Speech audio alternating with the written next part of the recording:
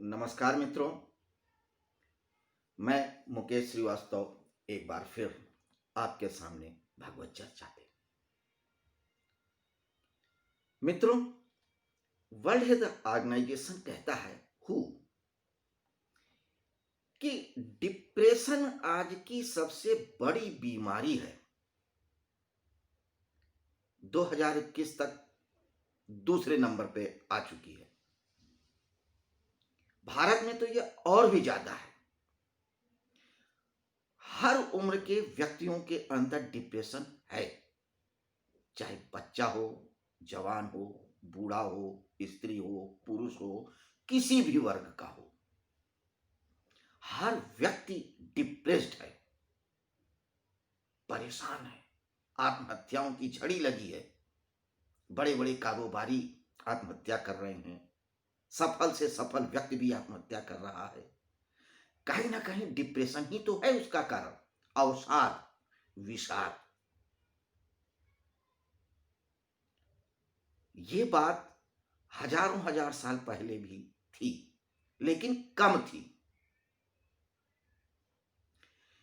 और ये आगे आने वाले समय में बहुत बड़ी बीमारी का रूप लेगी, ये भी मालूम था ऊपर की चेतनाओं को, भगवान वेदव्यास, भगवान श्री कृष्ण जैसों को। इसीलिए उन्होंने उसके लिए उपाय पहले से किए। तो भगवत गीता की जो देशना है, इसी डिप्रेशन से निकलने की देशना है।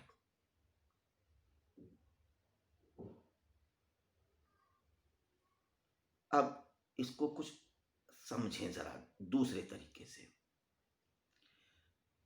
एक्चुअली है क्या, मनुष्य का जीवन दो पार्टों के बीच में बहता है, दो किनारों के बीच में।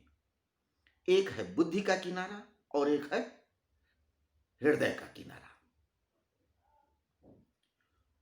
मन उसके बीच में सेतु है जो जोड़ता है। अब कल हमने चर्चा किया था कि मनुष्य मध्य में है।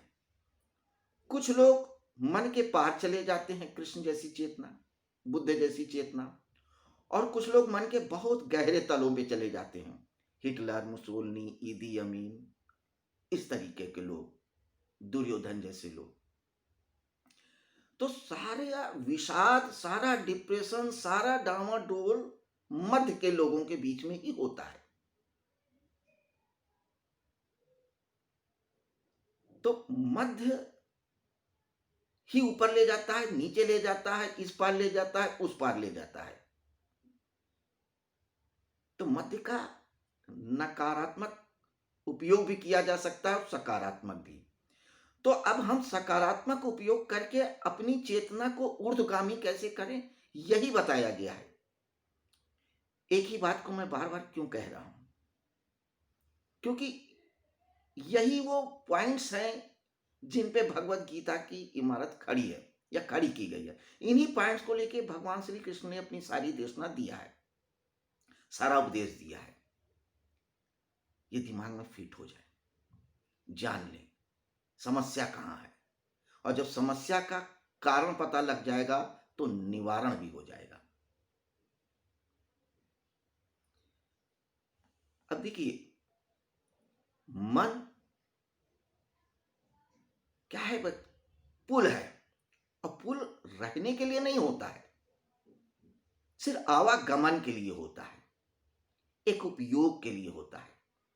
अगर हम मन का उपयोग बुद्धि की तरफ जाने के लिए कर देते हैं तो हम भौतिकवादी हो जाते हैं। और जब हम सिर्फ हृदय की तरफ जाते हैं तो बहुत भावुक हो जाते हैं, उसमें डिप्रेशन की संभावना और बढ़ जाती। आध्यात्मिक भी हो सकती है, ये भी संभावना है। बौद्धिक रूप में भी संभावना है, बुद्ध होने की भी। लेकिन जरा सा चूके तो गए, नदी में डूबे। तो इसका उपयोग करके हम ऊर्ध्वगामी भी हो सकते हैं। मन का उपयोग, सारा खेल मन का है। इसीलिए पांचों पांडवों में कृष्ण भगवान ने अर्जुन को ही पकड़ा, क्योंकि महात्मा अर्जुन मन के ही प्रतीक हैं।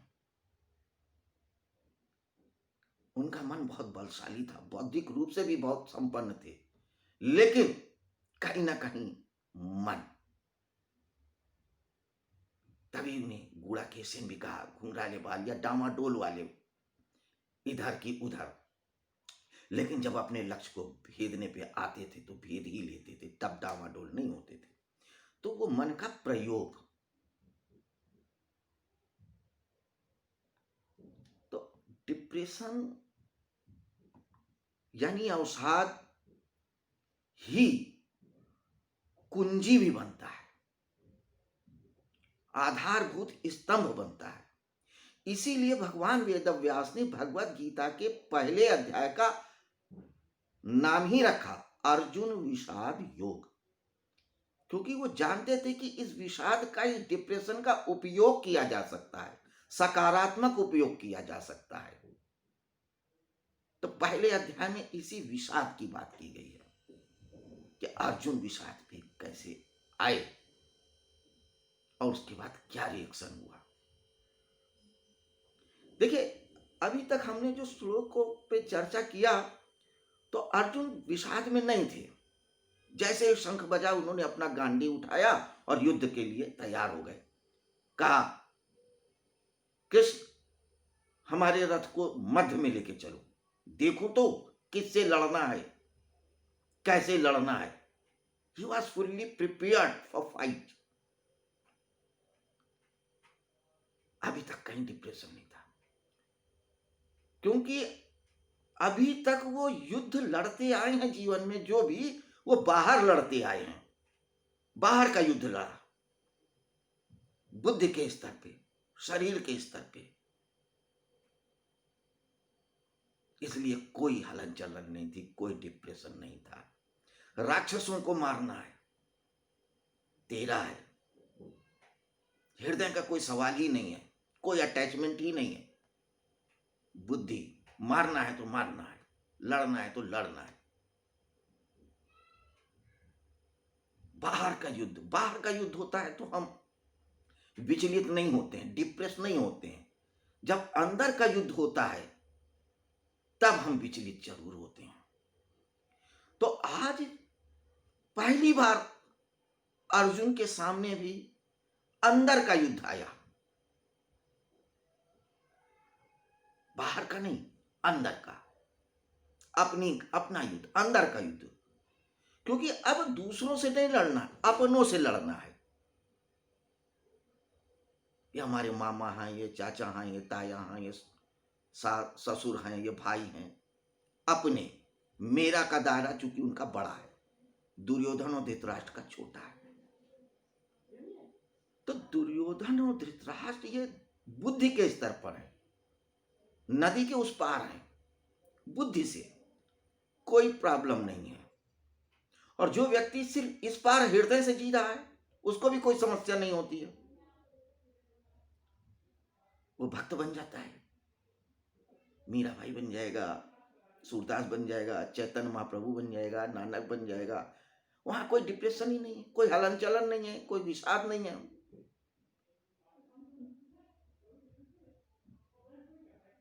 तो दोनों ही तरफ में जब एक तरफ आ जाओ तो कोई परेशानी नहीं है, दूसरी तरफ चले जाओ तो भी परेशानी नहीं, बीच में रहो तो परेशानी है, क्योंकि वो पुल है, मन। तो अर्जुन आज मन पे खड़े हो गए हैं, मध्य में। कृष्ण जैसी चेतना इसी मन के पार ले जाने की बात कर रहे हैं कि नहीं, हमें ये जो पुल है इसको हॉरिजॉन्टली नहीं पार करना है, कि ना बुद्धि के स्तर पे और ना ही मन के स्तर पे, हृदय के स्तर पे, हमें इसको ऊर्ध्वगामी करना है। चौथे आयाम में, तीसरा तो नीचे का तल आ जाएगा, पशु का तल आ जाएगा, ऊर्ध्वगामी करना है, इस पुल को खड़ा कर देना है। तो ये पुल को खड़ा कर देने की प्रक्रिया बताते हैं, उसी के लिए वो एक भूमिका बना रहे हैं। लेके आए रथ को और बीच में खड़ा कर दिया, और जैसे ही रथ को बीच में खड़ा करते हैं और वो कहते हैं कि देखो, देख लो कौरवों को, देख लो अपने साथियों को, किससे किससे लड़ना है। तब क्या प्रतिक्रिया होती है? आइए आइए अब हम सूत्र पे चलते हैं। दृष्ट्वेवं स्वजनं कृष्णयुत्सं समुपस्थितं सीदन्ति मम गात्राणि मुखं च परिशुष्यति वेपथुश्च शरीरे वे मे रोमहर्षजायते गांडीवं संसृते हत्वा तच्चैव परिदहते न च शक्नोमि अवस्थातुं भ्रमति च मे मना। श्लोक को हम धीरे धीरे समझते हैं। दृष्ट्वेवं स्वजनम कृष्ण युत्सम समुपस्थितम। हे कृष्ण, दृष्ट्वेवं, जब मैं देखता हूं, स्वजनम, अपने स्वजनों को, मामा, चाचा, ताया, पितामह, गुरु, जो इकट्ठे हुए हैं युद्ध के लिए, सीदंति मम गात्राणि, मेरे अंग ये देख करके शिथिल होते जा रहे हैं। मुखम चा परिशुष्यति, मेरा मुख सूख रहा है। वेप तुष्ट शरीरे में रोमहर्षच जायते, मेरे शरीर के रोंगटे खड़े हो रहे हैं। वेप तुष्ट शरीर, शरीर में कपकपी आ रही है। गांडीवम संसृते, मेरा धनुष मेरे हाथ से गिर रहा है, मेरा बदन जल रहा है। ना चा सकनों में अवस्था तुम भ्रमती चा में मना, यहां तक कि मैं खड़ा भी नहीं हो पा रहा हूं। मेरा मन भ्रमित हो रहा है, मैं समझ नहीं पा रहा हूं मैं क्या करूं, युद्ध करूं ना करूं, क्या करूं, क्या स्थिति है। मैं बिल्कुल डिप्रेस हो रहा हूं, मुझे समझ में ही नहीं आ रहा है। तो ये 7-8 लक्षण बताए हैं, ये डिप्रेशन के ही लक्षण हैं। जब व्यक्ति डिप्रेशन में आता है तो यही तो होता है, आदमी जहां है वहीं बैठ जाता है, मुंह सूखने लगता है, कपकपी आने लगती है, समझ में नहीं आता कि क्या हो। यही डिप्रेशन हुआ। ऐसा पहले नहीं था अर्जुन के साथ, बहुत बड़े बड़े युद्ध लड़े, देवताओं से भी लड़ा, राक्षसों से भी लड़ा, बहुत बलशाली राजाओं से भी लड़े, सारी इंद्रियों को भी जीता, लेकिन आज वो डिप्रेस हो गए, क्योंकि ये अंदर का युद्ध है। हम बाहर के युद्ध से नहीं परेशान होते, अंदर के युद्ध से परेशान होते हैं। ये बात भगवान श्री कृष्ण समझ चुके थे, इसलिए उन्होंने सारी भूमिका रची। इसके अलावा एक बात और, कुछ भाष्यकारों ने जो कहा या जो इसका अर्थ लिया कि अर्जुन के अंदर भी एक कहीं ना कहीं अहंकार आ गया था, सूक्ष्म अहंकार। जब अहंकार नम्रता विनम्रता लेके आता है तो बहुत खतरनाक होता है। ये बात कहीं ना कहीं जज कर ली थी भगवान श्री कृष्ण ने कि अर्जुन के अंदर भी कहीं ना कहीं एक हल्का सा अहंकार है कि मैं ही इस युद्ध का केंद्रीय पात्र होने जा रहा हूं, जब मैंने बहुत कुछ किया। इस अहंकार को भी तोड़ना था और आगे की जनरेशन के लिए एक उपदेश भी देना था। इसीलिए उन्होंने रथ को बीच में खड़ा करके इंटेंशनली कहा, पश्य, देख इन कौरवों को। अगर वो ये ना कहते तो शायद अर्जुन देखते और अपनी उसी मना स्थिति में रहते युद्ध की, क्योंकि वो बुद्धि के स्तर पे चप जाते। इसके अलावा अर्जुन थे भी संवेदनशील इंसान, इसलिए भी डिप्रेस हुए। अगर संवेदनशील नहीं होते तो डिप्रेस ना होते। कहीं ना कहीं उनके अंदर संवेदनशीलता का बीज था, दुर्योधन के अंदर नहीं था और पात्रों के अंदर नहीं था, धृतराष्ट्र के अंदर नहीं था। क्यों? क्योंकि वो बुद्धि के तल पे जी रहे थे, पशु के तल पे जी रहे थे। उनके लिए अपना ही सुख महत्वपूर्ण था। उनके मेरे का दायरा बहुत छोटा था, अर्जुन का थोड़ा बड़ा था। तो कृष्ण यहाँ पे वो चाहते थे कि इस मेरे दायरे के बाहर जाए। मेरे का दायरा, तेरे का दायरा, दायरा तो है, दायरा बड़ा हो, कितना बड़ा हो जाए, है तो उसकी लिमिट ना। तो उस लिमिट के बियॉन्ड ले जाना चाहते थे। तो 28वें, 29वें, 30वें इन 3 श्लोकों में महात्मा अर्जुन के डिप्रेशन का वर्णन किया है भगवान वेदव्यास ने, जिसको महात्मा संजय ने धृतराष्ट्र को सुनाया। तो एक्चुअली हमें इस डिप्रेशन से निकलने का ही सूत्र सीखना है। इन सूत्रों पे बात किया है भगवान श्री कृष्ण ने दूसरे अध्याय के 11वें श्लोक से। तो एक्चुअली भगवत गीता का उपदेश दूसरे अध्याय के 11वें श्लोक से लेकर 18वें अध्याय तक जाता है, जिन पे हम चर्चा करेंगे क्रमशः।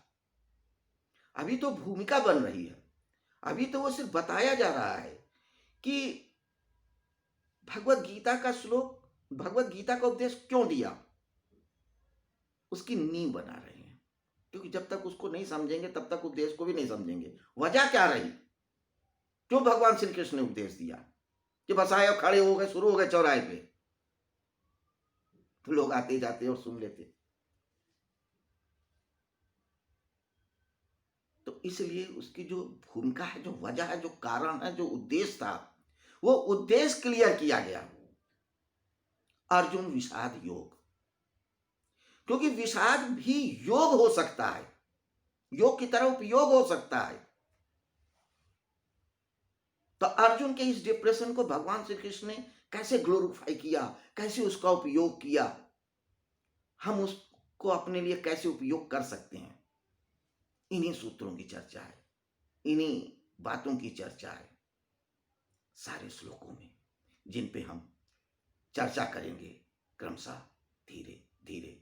उसके लिए आप बने रहें हमारे साथ इसी तरह। प्रणाम।